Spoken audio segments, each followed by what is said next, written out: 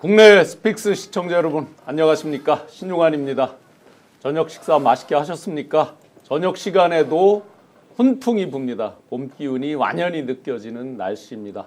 그러나 대한민국 민주주의의 봄은 너무나 멀리 있고 지금도 요원한 상황인 것 같습니다.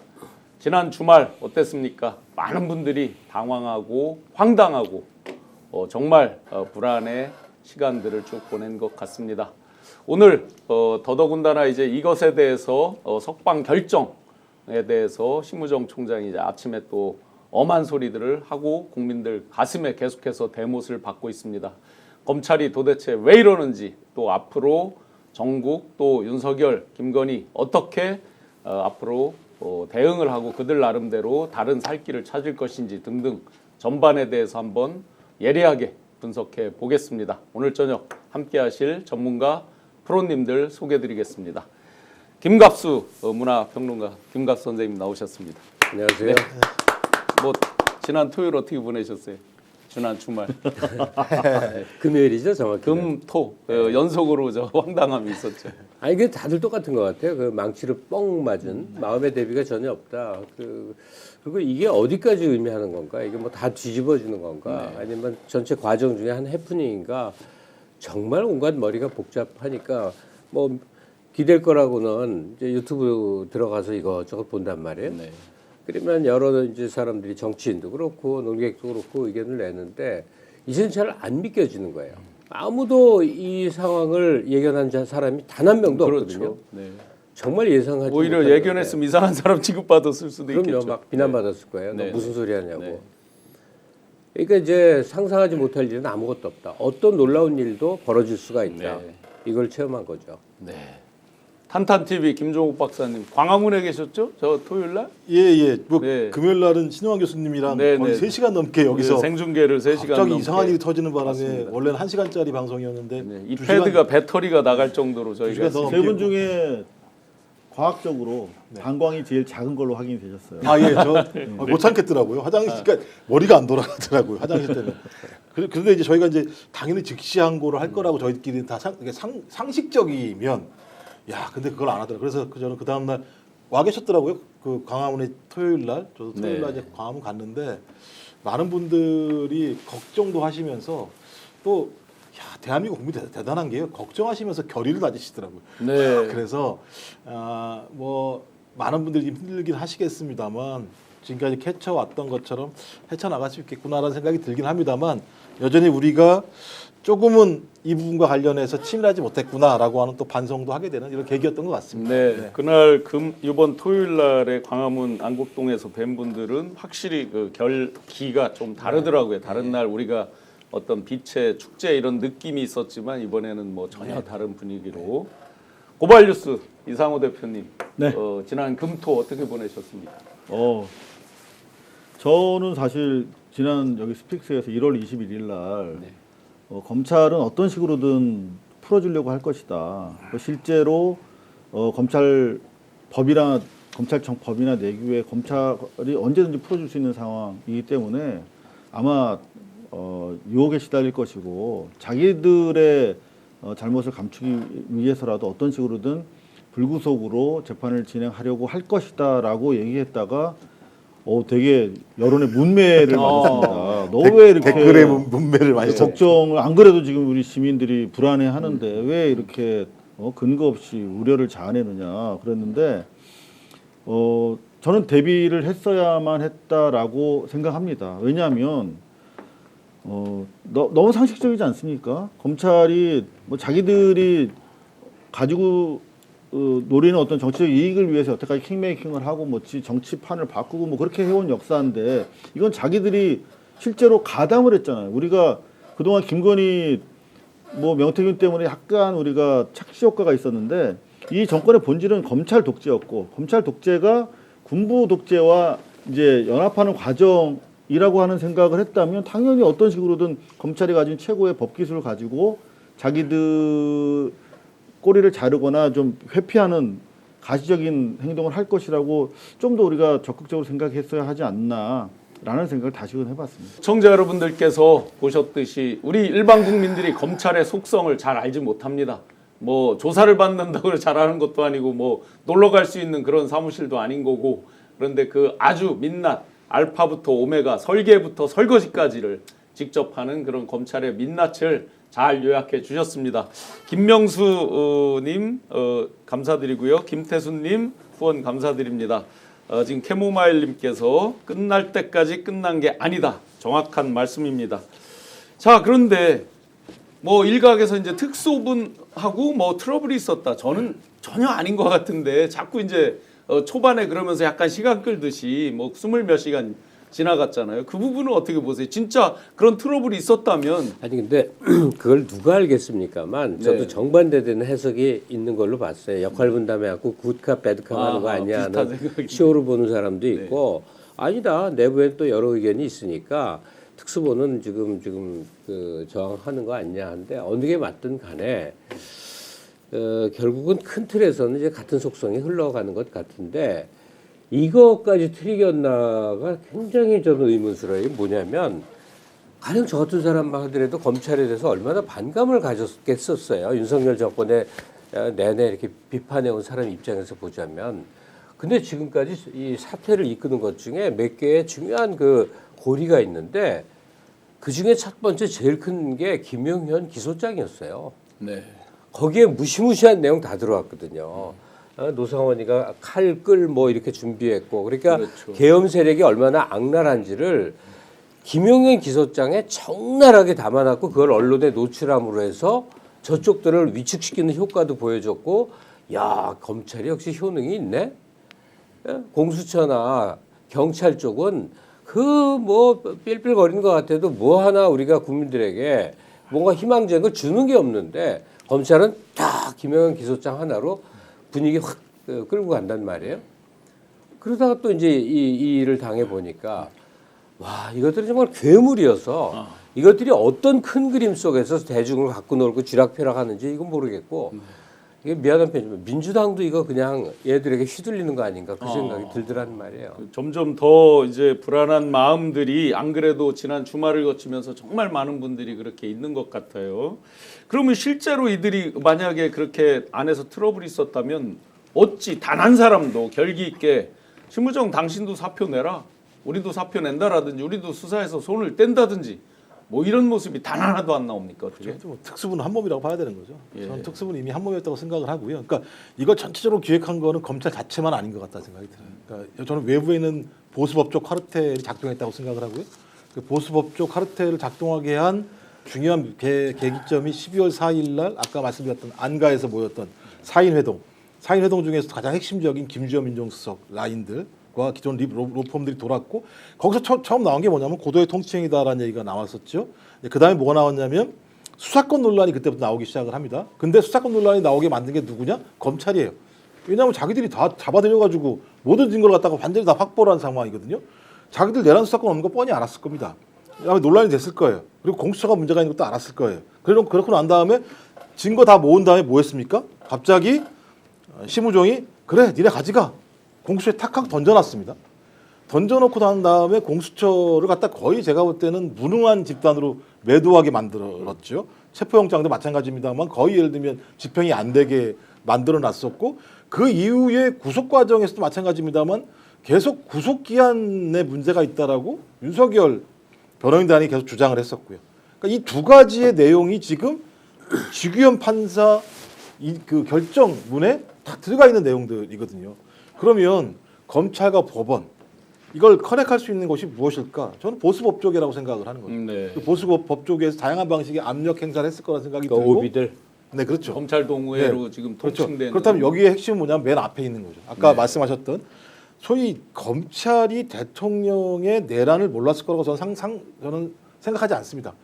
알았을 겁니다. 제1, 제2 수사단부터 시작을 해서 여러 정황들을 저는 알았을 거라고 생각을 하는 것이고 그 이후에 그 내란이 실패하니까 2단계로 12월 4일부터 작전이 들어갔었고 그 다음에 제가 볼 때 이번에 소위 그 작전이 성공한 거라고 보이는 상황이거든요. 좀 그렇다면 이건 소위 저쪽에서 얘기하는 무슨 뭐 좌파 뭐 카르텔, 법조 카르텔 얘기 제가 볼 때는 아주 완고하게 이익들을 가져왔던 소위 보수 법조 카르텔이 작동을 한 작품이 처음 성공을 한 거라 생각이 들기 때문에 이걸 좀 저희들이 좀 더 심각하게 보는 상황인 거죠. 그냥 네. 우연의 일치로 이렇게 연결돼서 나왔다고 얘기한다면요, 뭐 그런 어쩔 수 없는 겁니다만 저는 이거 우연의 일치가 아니라 충분히 준비했고 검찰이 충분히 그런 흠잡을 만한 내용들을 다 만들어냈고 만들어낸 내용들을 근거로 판사가 그런 내용들을 적시해서 실제로 대통령이 밖으로 나왔기 때문에 이건 우연의 일치라고 보기 어렵다. 이건 기획의 결과라고 보는 상황이고 이 기획이 여기서 끝나겠는가. 네. 저는 더 앞으로 나갈 거라 생각이 들기 때문에 이 2차는 어디냐? 헌재일 거다. 그래서 네. 아마 헌재에 대한 공격이 계속 벌어지고 있다는 얘기가 네, 네. 이것 때문에 나온 게 아니라 그전부터 조금씩 흘러나오기 시작했어요. 헌재에 예. 대한 집중적인 공격이 벌어지고 있는 상황이다. 그래서 헌재가 흔들릴지도 모른다라고 하는 이게 이제 바람인지 뭔지 모르겠습니다만 네. 이런 얘기들이 계속 흘러나왔다면 1단계 작전이 끝났으니까 그 작전으로 넘어갔겠죠. 저는 그렇다면 이 사태에 대해서 민주당이나 야6당 그다음에 국민들이 그 견결하게 맞서지 않게 된다면 어떤 부분에서 또 이런 패착들이 나타날지도 네, 모른다. 지금 이런 생각이 12,000분 넘게 아주 뜨겁게 댓글을 달아주고 계신데요. 이상호 기자님 덕분에 유튜브를 보고 있습니다. THEOTKS 마음하나 김가수님 짱 뭐 수많은 댓글 가운데 가장 많은 게 심우정 마약 사건 무마 대가 검찰총장이 됐다 등등의 글들이 정말 많이 올라오는데 검찰을 그래도 정통하게 취재하신 우리 이상호 대표님 지난 주말을 지나면서 그 심우정 총장이 어떻게 해서 검찰총장까지 갔는가 등등에 대해서 굉장히 많은 이제 유튜브 등등의 방송이 나오고 있거든요. 그 중에 이제 마약 사건, 인천지검장 할 때 마약 사건 등등이 이제 많이 올라오고 지금 댓글에도 굉장히 많이 올라와 있거든요. 어떤 내용입니까? 그 뭐 다들 아시니까 네. 지금 하다 만 거 아니겠습니까? 영등포서에서 하다가 백혜령 네네. 저 경정님 제가 여태까지 보고 들은 경찰 중에 가장 용감하고 이름도 제일 멋진 예. 그분 지금 저 그 파출소 쪽으로 네, 지구대 네, 지구대 대장 옛날 파출소 그리고 그 영등포서 서장하던 압력 행사에서 서장하던 친구는 김찬수. 네, 네. 지금 또 영전해가지고 왕무궁화 이번에 하나를 달았죠. 경무관 네. 스타 달았죠. 보직도 아주 좋은 곳으로 네. 받았습니다. 오늘 또 경찰청 인사난 것도 우리가 굳이 얘기할 시간이 있을지 네. 모르겠는데 그들은 이렇게 하나하나 그 농고 행상을 통해서 자기들 불법 비리 덮어준 사람 다 이렇게 확실하게 챙기죠. 그 케이스가 바로 심우정이다 이렇게 보시면 되겠습니다. 그거 기본적으로 지휘를 제대로 안 했기 때문에 결국 이렇게 된 거 아니겠습니까? 근데 사실 우리가 심우정이 검찰총장으로 와 했을 때 사실은 갸우뚱했어요. 아무리 마약 사건 잘 무마해 줬다 하더라도 그 정도 인물은 아니거든요. 근데 왜 그랬을까? 다시 생각해 보면 우리가 민정수석 안 두겠다고 그랬습니다. 지난 정권 뭐 얘기하면서 윤석열이 그랬다가 민정수석 부활한 이유는 결국은 한동훈 말고 자기가 직접 검찰을 통제하겠다. 한동훈 맡겨놓으니까 안 돼. 그래서 직접 다시 친윤 라인업을 강화하기 위해서 자기랑 김현장 라인으로 엮여진 김주현을 네. 불러들이면서 김주현이랑 아구가 맞아서 김주현 말 잘 듣고 김주현과 심우정은 정말 그 상하 관계가 명확한 검찰에서도 특히 이거는 네. 상명하복이 가능한 라인이거든요. 그래서 관리형으로 데려왔다라고 하는 것이 정설이죠.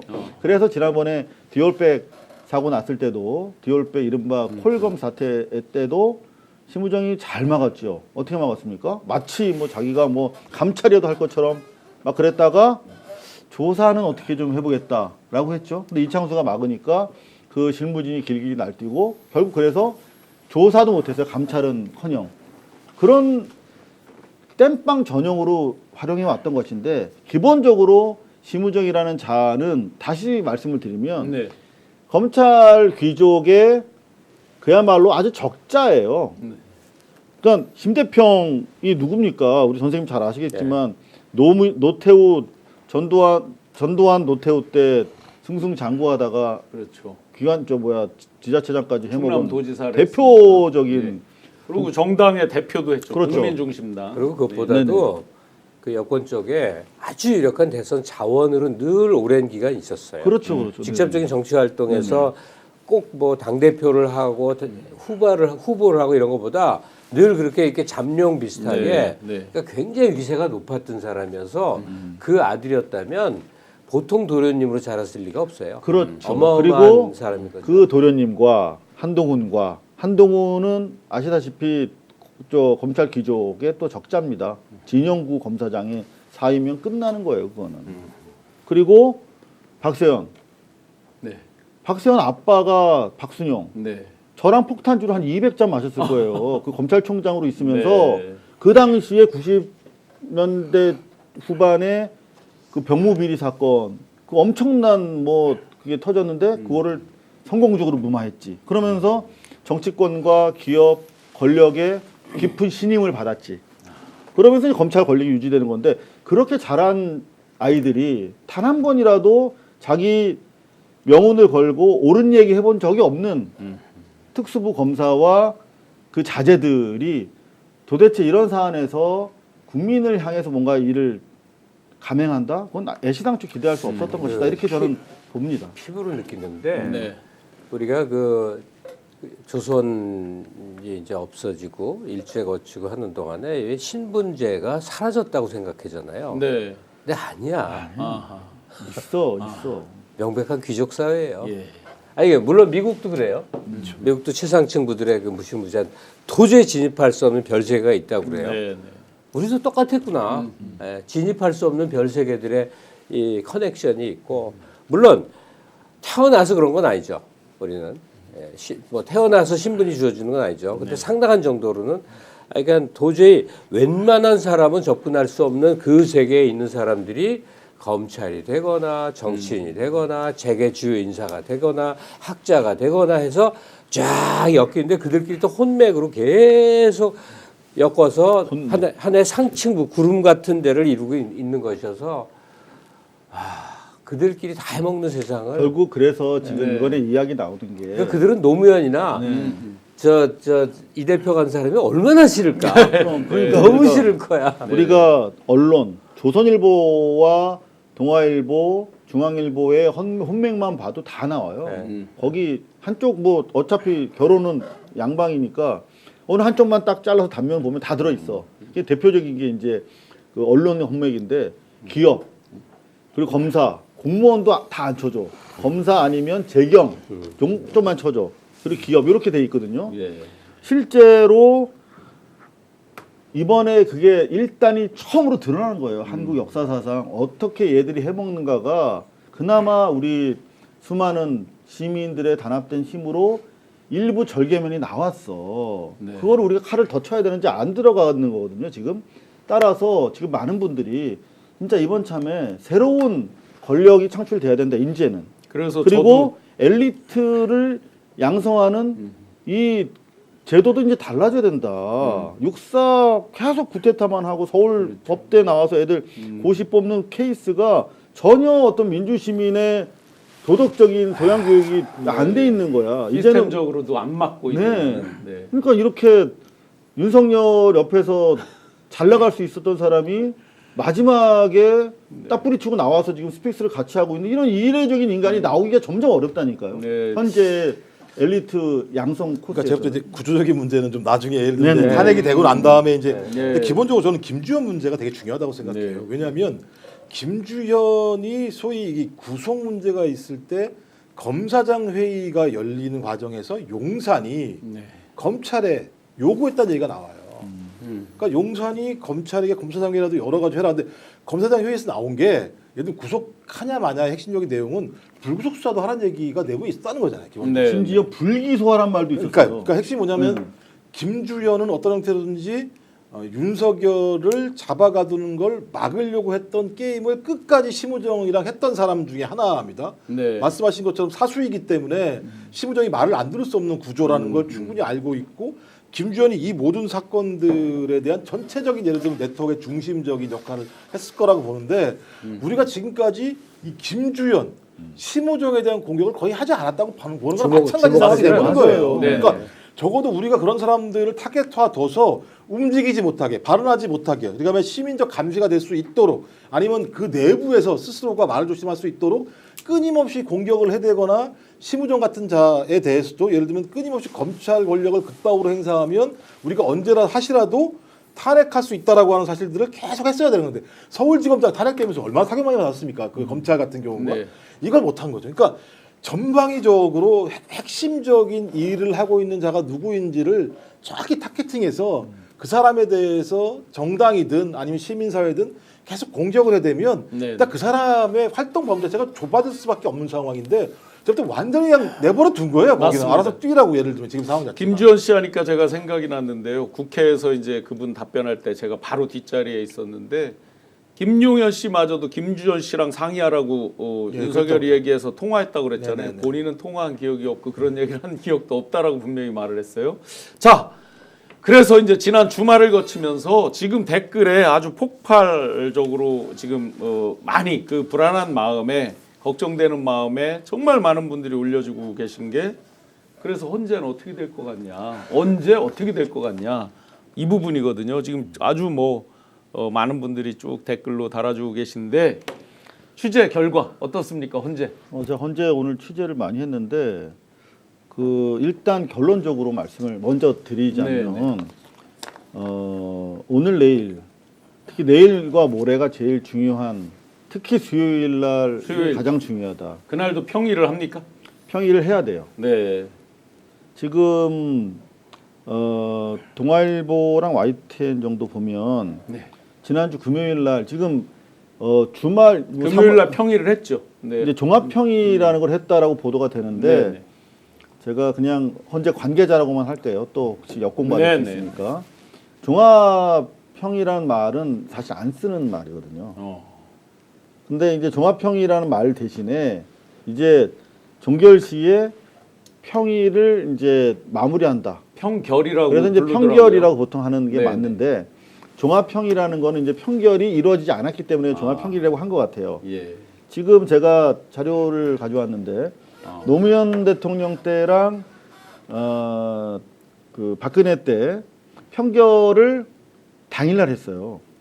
보시면 어허. 1차 평의에서 11차 평의까지 하고 노무현 대통령 경우에는 5월 14일 당일날 선고를 하죠. 이제 저 선고라는 표현보다 이제 헌재에서는 결정이라는 말을 쓰는데 저 무슨 말이냐면 저 당일날 최종적으로 평결을 했다. 그러니까 이렇게 보안이 정말 중요한 경우는 네. 당일날 평결을 하기도 한다는 거예요. 근데 보통은 다른 사건의 경우는 며칠 전에 평결하는 것도 있대요. 막 보름 전에 평결해 놓기도 한다고 합니다만은 이렇게 보안이 유지가 필요한 경우에 이제 당일날 평의 평결을 하는데 금요일날 저 박근혜 때도 한번 볼까요? 여기 보시면은 네. 17년 8차 평의까지 했죠. 그러네요. 그리고 나서 네. 당일 평결하고 오전에 어. 인용하는 취지로 결정을 합니다. 그러니까 여기서 볼 수 있듯이 이렇게 보안이 중요한 것은 당일날 평결할 수도 있다. 그러니까 우리는 이번 주라도 여전히 평결을 통해서 당일 결정이 가능하다라고 일단 기대는 가져야 되고 우리가 물 건너 간다라고 우리가 포기해버리면 실제로 그렇게 갈 수도 있어요. 그러니까 희망 회로를 돌리자는 것이 아니라 그래서 안 된다라고 할 수 있다, 해야 된다라고 우리가 여론을 만들어 나가야 할 필요가 있다는 취지에서 말씀을 드리는 것이고 지금 헌법재판소 주변이라고 표현하겠습니다. 네. 취재를 해보면 금요일 날 평의를 하려고 했다는 거 아니겠습니까? 종합평의, 이른바 평결을 전제로 한 내용을 하겠다는 거예요. 그러면 이미 이 상태에서는 사실관계는 이미 오래전에 확정이 된 상태에서 주요한 쟁점들에 대해서 이게 결국은 대통령을 해고할 만한 사유인가에 대해서 이제 그 마지막으로 의견을 모으는 과정인데 이날 평결이 안 됐다는 것은 하나의 가능성 그리고 또 하나의 추측이 가능합니다. 하나는 네. 만장일치였으면 만장일치였으면 평결이 됐을 거예요. 평결이 빨리 났겠죠. 이거는 이제 쭉 이게 우리가 저런 경우에 다 만장일치였잖아요, 대부분. 네. 그러면 오케이 이 사안은 이렇게 해놓고 이를테면 내일쯤, 화요일쯤 네. 하겠다고 소집했을 수도 있죠. 음. 그러니까 지금 뭐 한간에 뭐 4대 4니 5대 3이니 뭐 이런 얘기들이 막 돌아서 여러분들이 걱정하실 텐데 네. 일단 가결 수준인 것은 분명한데 네. 만장일치로 이게 국론이 분열되니까 만장일치로 가기 위해서 하고 있는 것으로 추정된다고 제가 말씀을 드리겠습니다. 네. 그리고 다른 하나는 뭐냐면 그런 가운데 그러면 왜 만장일치를 꼭 고집했어야 될까라고 하는 측면에서 본다면 바로 3월 7일 2시에 재판부가 인용을 하지요. 구속 취소 청구를. 그게 3월 7일 2시입니다. 엊그제. 네. 네네. 그러니까 3월 7일 금요일 날 네네. 평일을 하고 있던 와중에 아마 네. 뉴스가 나왔을 가능성이 네. 많아요. 예. 그렇다면 더더구나 현재 재판관들 입장에서는 이 추이를 지켜보기 위해서 한 평일을 더 한다거나 네. 아니면 추가로 더 만장일치로 가기 위해서 힘을 좀 모아야겠다라고 하는 취지의 생각을 했을 가능성이 있다. 이건 제 추정이라고 말씀드립니다. 네, 네. 여하튼 그런 분위기다. 그래서 결론적으로 언제라도 결정은 날 수 있는 상황이고 그리고 그게 2, 3일 전에 통상적으로 언론에 공지한다면 이번 주 수요일은 어렵겠으나 적어도 수요일 날은 평의가 이루어져서 금요일쯤으로 공지가 나가야 한다. 네. 그래서 수요일이 마지노선이다. 지금 이제 쭉 자세히 설명을 해주셨는데요. 하다 보니까 이제 그 티포테 3월님께서 기습하면 이제 거꾸로 해석하면 그게 기습하면이 될 수도 있는 거니까 물론 억지로 희망회로는 아니지만 이제 많은 분들이 너무 전용노을님께서 불안해서 죽을 것 같아요. 지금 14,000분 이상이 이제 와서 지금 이상호 대표님의 그 설명을 잘 들어서 설명 잘해주셔서 감사하다는 댓글도 많이 있고 한데요. 자. 이거와 또 다른 뭐 취재된 거 있으세요? 취재보다도요. 네네. 떠도는 설이에요. 예. 그러니까 지금 이상호 기자가 말한 대로 현재 거의 결론을 내가는 중이어서 네네. 언제 발표해도 이상하지 않은 상황이라면 이제 가장 낙관적인 거예요. 근데 정반대 얘기를 민주당 의원이 해요. 잘 모르는 의원이에요. 네. 언론에 많이 안 나오던 의원이 이제 하는 걸 제가 유심히 봤는데 생각할 수 있는 최악의 모습이 이런 그림이 가능하다 이거예요. 윤석열 변호인 측에서 네. 그동안 감옥에 갇혀 있느라고 변론을 충실히 못했다. 네. 그래서 변론 재개 요청을 한다는 거예요. 그래서 헌재가 그걸 받아들인대. 그래서 그 변론 재개가 몇 개월이고 이어진다는 거예요. 몇 개월이고. 그러니까 선고가 안 나. 네. 그 사이에 문영배 이미선 재판관은 이제 임기 만료로 네. 예, 나가는 거예요. 그리고 마은혁 재판관은 계속 임명을 안 하고 있는 상태가 돼요. 하여튼 그런 게 계속 이어지는 가운데 이재명 대표는 이제 법으로 이제 정치 생명이 끊어진 이걸 노리는 그림인데 이게 저 보수 쪽에서 나온 얘기가 아니라 민주당 의원이라는 제가 이 얘기를 강조하는 게 네. 그분도 고민하고 고심 끝에 벌어질 가능성 중에 나쁜 가능성의 최대치를 한번 이렇게 한 것 같은데 만약에 진짜 저쪽에서 변론 제기 요청이 현실적 움직임인데 헌재가 그걸 받아들이면 이거 대책이 없단 말이에요. 네. 계속 변론이 이어지는 거란 말이죠. 그러니까 이 기자 얘기처럼 이제 종결 상태고 네. 평의를 거쳐 발표만 남았어. 그러길 바래. 그런데 반대 상황도 가능하다는 얘기예요. 그거는 이제 그냥 단순 가정은 아니고요. 그 윤석열이 이제 한남동에 산성을 쌓고 또 이내 어떤 산성을 쌓고 막 그 체포 1차 1월 3일 날 실패하고 보수 원로들을 막 불러들였을 때 내가 반드시 나는 안 붙잡혀간다. 그리고 설사 내가 붙잡혀가도 반드시 나온다. 그리고 내가 이재명만큼 반드시 끌어안고 죽는다. 이런 식의 이제 말을 원로들한테 했던 거. 그 제가 그 제보 드릴 때 그 뒤로 이제 후계 김문수에 대한 이야기 뭐 이런 것까지 연결되는 이야기들인데 아마 그 연장선상인 것 같은데 조금 뭐 지금 상황과 딱 맞을지는 모르겠습니다. 안 맞는 것 같긴 합니다. 지금 댓글에 제발 그만요. 지금 다들 아이고 그 자라보고 놀란 가슴 지금 소뚜껑만으로도 지금 놀라는 판이 되다 생각하기도 보니까 끔찍하죠. 예, 끔찍하죠 정말로. 그 헌재 공지가 나오기 그런 거잖아요. 당사자 기일 통지 및 수신 확인이 이루어진 이후에 네, 기자단 전체한테 공개되니까 네, 네. 예를 들면 그러니까 기자단한테 가면 선거길이 나오는 거니까 지금까지 하는 우리들의 평의는 네. 다 비공개 비밀로 진행을 합니다. 그러니까 우리가 알아서 하니까 여기에 대해서는 우리가 밝힐 수가 없고 네. 선고하는 기일과 관련해서는 당사자한테 먼저 통지를 하고 난 다음에 기자한테 통지하니까 기자들이 얘기하면 선고가 되는 거니까 거기에 신경 쓰지 마십시오 이런 얘기를 하고 있고 또 하나가 이제 18일 날 박성재 법무부 장관 변론 기일에 변동이 없다라고 하는 확인이 된 상황이기 때문에 어떤 형태로든지 지금 헌재 같은 경우는 18일 이전에 이 부분을 끝내려고 하는 거고 맨 처음으로 돌아가 봐야 됩니다. 네, 네. 정영식 헌법재판관이 주심 재판관이기 때문에 네. 이 사건의 성격을 정확히 규정했습니다.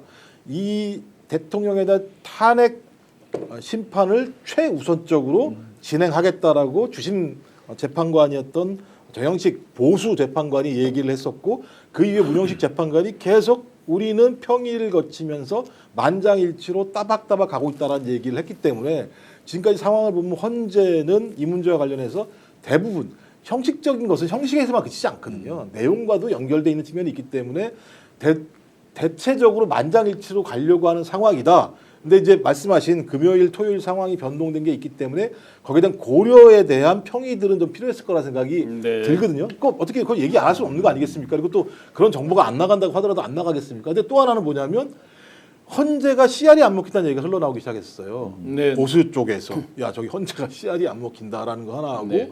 또 거기서 적어도 뭔가 좀 다른 입장을 낼 만한 헌법재판관 중에 한 분은 야 어떻게 이걸 가지고 우리가 인용을 안 할 수가 있냐라는 얘기를 했다라는 얘기들이 여러 가지 흘러다니는 것들이 존재하는 상황이기 때문에 헌재가 지금까지는 따박따박 절차를 밟아서 소위 보수나 이쪽 진영의 흠결을 밟지 않으려고 한 측면이 있어서 저는 말씀하신 수요일 날 정도에는 어떤 형태로든지 날짜를 공지를 하고 결정을 왜냐면 다음 주로 넘어가는 순간 제가 볼 때는요 이거는 거의 회오리 바람 일단은 네, 그 저는 희망회로는 이 시점에 위험하다고 봐요. 따라서 제가 지금 강하게 우려를 제기하는 것은 2차 폭동이 상당히 임박해 있다라고 하는 것은 제가 꼭 말씀을 드려야 네, 될 것 네. 같은데 오늘 혹시 시간이 나면 네. 그럼에도 불구하고 헌재가 이 18일 이후로 넘길 가능성은 대단히 약하다라고 저도 생각을 합니다. 이 김 박사님 말씀처럼 제가 헌재 주변이라고 말씀드리는 것은 이제 옛날 뭐 헌재 계시던 분들은 이제 아주 조심스럽게 말씀을 하시거든요. 그 주변 분들 쭉 이렇게 취재를 해보면 방금 말씀하신 것처럼 헌재 자체가 대단한 위기의식을 느끼고 있다고 그래요. 네. 당장 2월 27일 날 마은혁 재판관 임명하라고 했는데 보름이 다 되도록 지금 거들떠도 안 봐요. 네. 이거는 헌재가 이미 망가진 거예요. 무시당한 거죠 뭐. 망가진 네. 거예요. 그러니까 그들 입장에서 얼마나 위기의식이 헌법 느껴지겠는가. 질서를 대놓고 안 지키는 네. 뭐 이런 상황이 돼 있는. 그래서 더더구나 한 명에서 두 명 정도가 소수 의견으로 이탈하려고 하니까 최대한 우리가 이거는 합의를 내보자라고 하는 취지에서 뭔가 애를 쓰고 있는 것 같아요. 예. 일단 같다고 정도만 말씀드리고 그래서 결국은 수요일 날 어떤 식으로든 입장이 있을 것이고 유일한 것이 이제 변론 제기 요청인데 네. 변론 제기 요청에 대해서는 통상적으로 변론 종결된 이후에 제기 요청이 특별한 이유가 없을 경우에는 받아들이지 않는다. 네. 네. 근데 이와 관련해서 SBS가 의미 있는 특종을 했거든요. 뭐라고 그랬냐면 지금 공수처 문제 삼고 구속 기한 문제 삼으니까 헌재 관계자라고 했는데 제가 봤을 때는 공보관 같지는 않아요. 네. 그러면 헌재가 어떤 식으로든 나름 중립적이라고 여겨지는 또는 약간 우쪽에 치중돼 있다고 생각하는 SBS 쪽에 흘린 것 같아. 네. 뭐라고 그랬냐면 공수처의 수사 자료는 일체 안 받았다. 안 받았다. 네. 두 번째, 지금 문제 삼는 구속 기간에 형성된 증거는 우리가 취급하지 않았다. 네. 네. 따라서 이번 지부장 판사의 결정에 어떤 우리 영향받지 않는다는 취지를 명백하게 했다는 것은 네. 결국 자기들 스케줄대로 나가겠다라고 하는 것을 다 재천명했다. 지금 14,000분 이상이 들어오셔서 뜨겁게 남겨주시는데 많이 불안해도 하시는데 이제 제가 지금 이상호 기자님께서 대표님께서 헌재 언저리라고 말씀드리는 이유는 분명히 있습니다. 또 좀 전에 김 박사님 말씀하신 대로 CR이 안 먹힙니다. 실제로 접근이 안 됩니다. 다만 그것을 어느 정도 접근할 수 있는 루트들이 있습니다. 나름. 그래서 저희가 억지 희망회로가 아니라 너무 그렇게 낙담만 하실 필요는 없습니다. 결론에 대해서 거의 흔들린 적이 없습니다. 제가 이제까지 레이더를 돌려본 걸로는 더 놀라운 거는 날짜에 대해서도 별로 흔들린 적이 없습니다. 밖에서 자기들이 희망회로를 돌리면서 심지어 레가시 미디어에 있는 사람들이 막 여러 가지 이상한 말을 하는데 거의 그런 적이 없습니다. 이유는 간단하다고 들었습니다. 단순히 내가 싫다고 기각 이게 아니잖아요. 기각에 대해서 명확하게 써야 됩니다. 그 논거를 써서 자기가 의견을 내야 됩니다. 기각에 대해서 논거를 쓸래야 쓸 수 있는 지금 상황이 못 된다 이거죠. 그 누구도. 그건 보수다 진보다를 떠나서 팩트를 나열하면서 거기에 대해서 기각에 대한 논거를 본인들이 적어야 되는데 그래서 지금 흔들리고 있는 부분에서 제가 들은 것은 이 일종의 코멘트 성격으로 다른 부분에서 많이 바뀌고 있다. 그 부분이었습니다. 소수 의견에 대한 정리. 그러니까 거기서 코멘트를 다는 거죠. 어떻게 그렇죠. 보면 소수 의견이 아닌 거죠. 큰 틀은 같이 가는데 자기 이제 이러이러한 어떤 왜냐하면 이제 윤에 대한 인간적인 이런 부분 남아 있는 사람이 있을 수 있잖아요. 그러면 나는 이러이러 했지만 뭐 어쩌지 하다라는 다른 부분들. 아니 소수 의견이면 7대1 뭐 아니요, 건데 만장일치는 유지가 되되 네. 개별 의견을 좀 더 개별 의견을 이제 이 부각을 코멘트 한다. 성격으로 박근혜 가는 때랑 부분들. 유사하게 그 안에다가 3인 소수 의견이 들어가는 그런 가장 제가 주의 깊게 들었던 것은 그냥 진짜 우리 국민들 우려하듯이 나 기분 나빠서 나는 뭐 지금 진보 이런 거 안 좋아서 뭐 이런 뜻으로 그냥 자기 감정적으로 찬반 이렇게 할 수 있는 성격이 전혀 아니다라는 거죠. 그리고 지금 한참 진행듯이 아까 당일날 평결을 할 수 있는 이유가 뭐냐면 가에 대한 그 판결문을 하나 써놓고 결정문을 써놓고 부에 대한 결정문도 써놔야 된다는 거죠. 둘 다 써놔야 된다는 거죠. 자 그러면 가에 대한 것과 부에 대한 것을 써놓고 그날 당일 평결을 해서 예를 들어 가다 그러면 가를 들고 부다 그러면 부를 드는 건데 그걸 썼을 아니, 때 그 정도까지는 아니고 네. 이건 이미 재판 단계에서도 계속 판결을 통해서 전원 만장일치로 그날 진행되어 왔다는 건 무슨 말이냐면 팩트와 관련해서는 이의 없이 다 정리가 끝난 상태예요. 그리고 이제 그 이미 지금 단계는 그 이 사실관계 입각해서 어떻게 법 해석을 할 것이냐라고 하는 측면에서 약간의 개별적인 차이가 있을 수 있거든요. 그러니까 이게 분명히 나쁘긴 나쁜데 위헌이긴 한데 그렇다고 해서 대통령직을 잘릴 정도냐. 그러니까 두 단계를 건너뛰어야 돼. 사실에서 위헌이냐 여부에 대한 판단. 그리고 위헌이냐 여부의 다음에 그래서 공직을 계속 못할 정도냐. 요걸 두 단계를 뛰는 과정에서 이 어떤 베리에이션이 생기는 거거든요. 사람마다. 그러면 이쪽에 있는 사람도 의견 받아주고 다만 그 대신 전체적으로 우리가 만장일치로 가더라도 소수 의견을 대줄 것인가. 아니면 이견이 한 사람이라도 있다면 그 사람 어떤 식으로도 우리가 지금 이 헌재가 망가되게 생겨 있는데 무너지게 생겼는데 어떤 식으로 합의를 이뤄서 힘있게 이거를 의견을 제출할 것이냐에 대한 마지막 조율 과정이다. 이렇게 이해하시면 그러니까 요약하면 헌재는 흔들림이 없다. 지금 그 얘기를 하시는 거죠. 네네. 큰 틀에서 흔들림은 없었다. 그러니까 제가 농담처럼 말씀을 드리면 정영식 재판관 자식 결혼식 네네. 이걸 결혼식을 해야 되냐 뒤를 밀어야 되냐 그다음에 가야 되냐, 우리가 말아야 가야 되냐 말아야 되는데 다 갔다는 거잖아요. 다 갈 정도면 아니 그렇게 안 해서 치고받고 싸우면 그걸 가겠어? 뭐 이런 얘기들이 농담처럼 나오는 상황이고 이게 농담은 아니잖아요. 이 관원 성대가 되게 중요한 문제이기 때문에 내부가 적어도 제가 볼 때는 일정한 공감대를 가지고 있다라고 볼 수 있지 않느냐라고 또 추론하는 분도 많이 계세요. 또 그런 거 가지고. 이게 여러 가지 점에서 참 간절한 건데 특히 젊은 세대들에게 이제 국가, 나의 조국 이게 구체적으로는 뭐냐면 국가 기관이에요.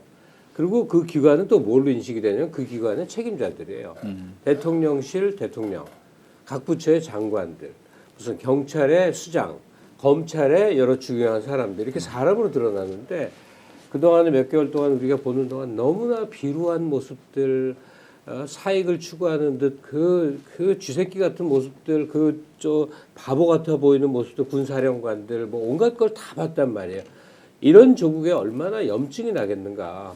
근데 온갖 압박에도 불구하고 흔들림 없는 굳굳한 국가 최종 결정 기구가 하나라도 좀 있으면 좋겠는데 네. 헌재가 그 모습을 보여준다면 네. 얼마나 든든하겠는가. 맞습니다. 그리고 미래를 생각했을 때도 내가 어디에 속해 있든 간에 이렇게 당당하고 이런 식의 처신을 할 수 있는 그런 모습이 되겠다는 이 롤 모델이 좀 돼주면 좋겠어요. 네, 지금 13,000분이 1시간이 넘도록 이렇게 아주 치열하게 댓글도 달아주시고 여러 가지 걱정의 글, 또 각종 당부의 글 정말 감사드립니다. 한 가지 저희가 약속을 할 게 있습니다. 헌재는 분명히 정치적, 정무적 사법재판하는 기관입니다. 국민의 여론 상당히 중요합니다. 그래서 우리가 불안한 마음으로 저놈들이 저렇게 뭉치고 이렇게 하는 거에 헌재가 겁을 먹는 거 아니야? 이렇게만 생각할 것이 아니라 저희가 더 강하게 뭉치고 더 명확하게 저희의 대다수 국민들의 의사를 헌재에 전달하려는 노력, 그 노력이 아주 중요할 것 같습니다. 네, 광화문에서 매일 저녁 7시 그렇죠. 집회가 열리고 있거든요. 저희도 끝나고 한번 가볼 텐데 아마 끝나지 않았으면 좋겠습니다. 네, 파피루스님 저 마지막까지 후원 감사드리고 지금 1시간이 넘었지만 마지막으로 이런 와중에도 저 국민의힘에서 뭐 아련을 하는 아련 정치 그동안 옥중 정치도 아주 꼴보기 싫어 죽겠는데 이제 관저 정치로 옮겨오더니 이제 아련까지 갑니다. 박사님 어떻게 보십니까? 뭐 제가 볼 때 이제 매우 곤욕스러운 상황에 빠졌다. 국민의힘 네. 같은 경우. 그러니까 윤석열을 모른 척할 수도 없고 그렇다고 그를 너무 가까이 접근할 수도 없는 상황. 그러니까 근데 문제는 뭐냐면 윤석열이라는 사람이 지금 거의 이 보수 또는 극우 중에 중심이 되어 있는 상황이기 때문에 저는 앞으로 마찬가지지만 윤석열의 말과 행동에 따라서 움직일 거라고 생각하거든요. 네. 저는 윤석열의 말과 행동에 따라서 움직이는 순간 그것이 당장 초기에야 어떤 밴드 효과 효과 때문에 뭉칠 수 있을지 모르겠습니다만 그 토요일 날 보셨죠? 이런 모습. 네. 국민들이 봤을 때 저는 어퍼컷까지 할 줄 알았어요. 네, 사람 같지 않은 모습이잖아요. 네. 그러니까 본인이 내란 우두머리 혐의로 자신이 임명한 검찰에 의해서 구속영장이 청구가 됐고 법원에 의해서 발부가 돼서 52일 동안 수감된 자가 자기 검찰의 저희 산수 계산, 의도적인 산수 계산의 실패에 의해서 나오게 됐음에도 불구하고 그것이 자기의 승리인 척 얘기하는 상황을 보면 저는 국민의힘도 좀 좌절했을 거라 생각이 들어요. 내부적으로. 하지만 당분간은 어쩔 수 없이 거기에 기대가겠습니다만 저는 그렇다고 하더라도 아마 내부에서는 어떻게 하든지 이건 제가 볼 때 조기 대선 국면으로 갈 수밖에 없는 상황이란 말이에요. 조기 대선 국면으로 갔을 때 윤석열이라는 존재는 자기 전체적인 볼륨을 줄일 수밖에 없고 상대방들을 직결할 수밖에 없는 원인 문제가 될 수밖에 없는 상황이다라는 생각 때문에 제가 요 며칠 이렇게 할지 모르겠습니다만 저는 그것이 이번 주가 저는 마지막이 되지 않을까 생각이 들고 다음 주부터는 어떻게 할 것인가 결정을 해야 될 거예요. 그러니까 완벽하게 대선을 포기하고 소위 딱 맞물린 소수의 20% 정도의 분단만 가지고 3년 4년을 와신상담할 거냐 아니면 윤석열을 완전히 쳐버리고 소위 조기 대선에서 뭐 의미 있는 격차를 유지할 거냐 이 판단을 해야 될 거라 생각이 드는데 제가 볼 때 후자는 힘들 것 같아요. 지금 구도를 보게 되면 전자로 가는 상황인데 전 저렇다면 아마 저당은 쪼개질 수밖에 없는 길로 간다. 네. 이렇게 생각을 합니다. 요건 꼭 김 선생님께 여쭙고 싶은데요. 조선일보에서 나오니까 이 폐간시킨다고 그랬는데 자중해야 된다. 그리고 개헌 뒤 사태 뭐 이런 것들을 막 이렇게 역설을 해요. 동아도 비슷한 얘기를 하고 중앙은 그보다 약하지만 뭐 또 비스무리한 그런 얘기도 해요. 이 언론들은 갑자기 또 왜 이래요? 저도 그 읽어봤는데 네네. 정말 조중독스럽구나. 예, 꾀를 부리는 거죠. 그러니까 윤이 능동적으로 네. 사임을 공표하되 네 힘으로 이제 개헌을 완성해서 네.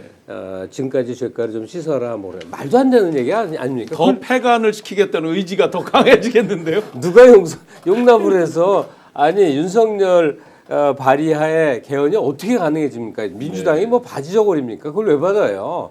근데 말도 안 되는데 주장을 하는 거는 마치 윤에게 아직 남은 힘이 있는 것처럼 이렇게 이제 기술을 해 나가는데 다만 조선일보는 뭐 폐간시키겠다는 주장 정도의 감정적 대응을 할 만큼 이렇게 나이브한 존재들은 아니죠. 네. 선수 중에 최선수들이니까 그게 이제 여론에 떠돌아다닐 때 어떻게 이걸 활용할까 이것만 생각하지 않겠어요.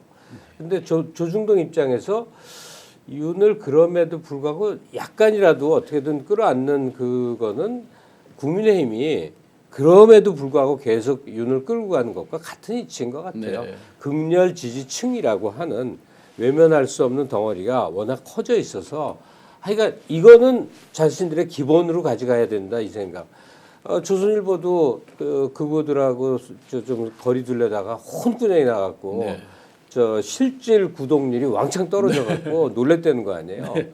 그래서 잘 됐어요. 조중동 국힘 다 해서 그냥 전광훈 휘하에 싹 한 150만 명 뭉쳐서 그들끼리 이 하늘 아래 별개의 세상을 살게 둬서 대체로 감옥 보내고 뭐 이런 식으로 갔으면 제일 좋겠습니다. 네. 마지막으로 우리 이상호 기자님. 자, 이제 여러 혼란기에 그 야오당 정말 시시각각 변하는 전국 상황에 이제 대처하느라고 정신이 없는데 민주당을 포함한 야오당 어떻게 대처해야 되겠습니까? 저는 혁신당에서 얘기한 것처럼 좀 민주당이 조금 더 좀 적극적으로 자신 있게 떨쳐나가도 좋겠다. 역풍 운운하기에는 우리가 처한 현실이 너무나 절박하다, 절실하다. 그래서 사실 심우정 같은 경우에도 탄핵을 이미 시켰어야 되는 최상목을 비롯해서 근데 되게 조심했지 않습니까? 근데 지금이라도 좀 더 강한 액션을 보일 필요가 있다. 그런 것들을 통해서 우리가 좀 더 결집할 수 있고 그래야 뭐 우리가 광장에 나가는 좀 보람도 있고 한 것인데 지금이라도 좀 더 적극적으로 과거에 그랬던 것처럼 좀 자신감 있게 나갔으면 좋겠다. 근데 제가 말을 너무 많이 해서 안 하려고 그랬는데 그 부분은 좀 얘기했으면 좋겠어요. 네네. 오늘 그 낮에 하는 프로가 매불쇼요. 네. 거기서 이제 좀 상황에 대해서 우리가 좀 경각심을 갖자 이제 쭉 요기를 했고 그게 좀 반응을 얻었는데 댓글에 너무나 많은 민주당 욕이 이제 쫙 민주당 뭐 했냐 왜뭐막 비난이 많아요. 근데 그 마음은 좀 알겠지. 답답하고 괴로운데 1차적으로 우리들의 책임자로 우리가 대리인으로 임명한 사람이 민주당이니까 화내는 건 맞죠. 그러나 이건 좀 생각한 것 같아요. 민주당이 결기가 부족했는가? 결기는 넘치는 것 같고 노력을 하는가? 노력은 넘치는 것 같고 능력이 부족한 것 같아요. 근데 어쩔 수 없는 태생적 능력. 소위 주류 권부에 어떻게든 연을 닿으려는 게 국힘 속성인데 네네. 그러면 큰일 나는 줄 알아갖고 지금 돌아가는 판세 전혀 못 읽고 있었다라는 게 지금 입증이 되고 있잖아요. 네네. 그러니까 재판부에서 딱 이상한 판결 때리고 대검에서 얼른 받아갖고 윤석열을 내보낸다.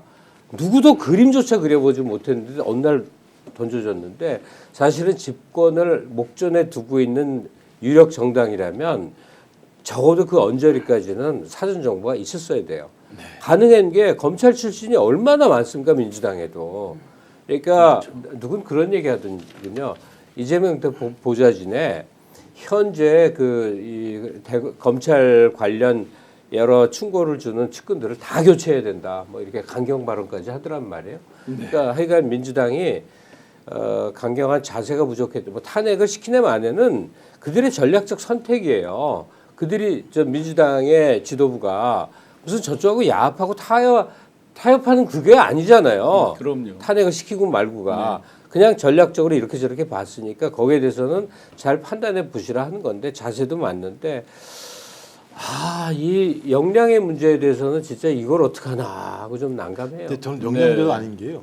이게 미친 사람들이니까 상식적인 상식적인 대처가 안 되는 상식상으로 안 되지. 그러니까 이제 지금부터라도 그러니까 미칠 수 있는 가능성까지도 시나리오에 집어넣고 대응을 할 수 있는 어떤 지금까지의 대책들을 만들어 왔어야 되는데 아직까지는 좀 상식적인 대처들을 많이 해왔다는 측면들이 지금 우리는 느껴지는 거고요. 총도 들었었잖아요. 얼마 전까지 전쟁을 하고 있는 거잖아요, 사실. 네. 전쟁을 하고 있는데 우리는 평시처럼 행동을 하고 있는 너무 점잖은 분들 그들이 여태까지 잘해왔지만 지금이라도 전략 수정이 필요하다. 그러니까 딱 옛날에 네. 윤석열과 국힘은 법 위에서 법 갖고 장난을 치는데 네. 민주당은 법전 갖고 법리를 따지고 있어. 이런 싸움이 안 되는 거야. 옛날에 김종민 의원이 그 검경 수사권 그 재구성할 때 간상가 뭐 했지 않습니까? 다스베이더 나와서 한마디 하는데 정말 저는 너무 화가 났어요. 뭐라 그러냐? 검찰이 저렇게 나올 줄 몰랐대. 그런 그걸 것까지 예상을 해야지. 모르고 그걸 모르고 검경 수사권 그거 분리를 한다고? 그거는 이길 수가 없는 게임을 애시당초 한 거예요. 맞아요. 그러니까 너무나 우리가 상식에 맞게 우리처럼 할 거라는 생각을 하면 안 되는데 너무나 저들을 모르고 있다 하는 측면에서 좀 안타깝고 이제는 라이브한 거 맞아요. 실제로 쟤들이 제일 열받았을 때가 언제입니까? 저 내란 세력들이 검사들 탄핵하고 뭐 서울중앙지검장 탄핵하고 그러니까 지들끼리도 얘기하잖아. 거기서 이 새끼들 더 이상 안 되겠네. 그만큼 아픈 거거든 자기들한테. 그 아픈 것들을 공격하면서 싸워야 되는 거 아닌가 하는 측면이 듭니다. 좀 뭐 이 정도로 그러니까 정확한 딱 네. 그림이 하나예요. 서울구치소에서 나올 때 경호처 사람들이 총을 들고 나오잖아요. 퍼레이드를 했죠. 그렇죠. 카퍼레이드인 줄 알았습니다. 제가 볼 때 상상을 초월하는 일을 벌인 거거든요. 그러니까 예를 들면 국민한테 총을 올린 거나 마찬가지예요. 어찌 감히 대통령을 집어넣으려고 감옥에다가 그리고 3번이나 영장 기각된 김성훈이가 꼭 옆에 있을 필요 없거든. 그렇죠. 건재하다. 그렇죠. 우리가 이긴다라고 하는 거 보여주는 거예요. 그거는 정말 정면으로 사법정의와 국민적 이에 반하는 행동을 하면서 자기들이 이겼다라고 지금 표현하는 거거든요. 그래서 제가 역풍이란 단어를 이제 쓰지 말아야겠다. 왜냐하면 전투에서는요 바람을 고려할 수 없어요. 바람을 극복할 네. 생각을 해야 되는 상황이기 때문에 맞아요. 전 그래서 조금은 좀 다른 각오로 뭐 제가 볼 때 며칠 남진 않았다고 생각합니다만 네. 다른 각오로 이 문제를 대처하는 모습 저는 그런 자세만으로도 저희 국민들이 바라보는 어떤 신뢰감이 좀 바뀌고 높아질 수 있기 때문에 좀 그런 모습들도 보여줬으면 좋겠다 이런 생각을 하게 네. 됩니다. 파피루스님 후원 감사드리고요.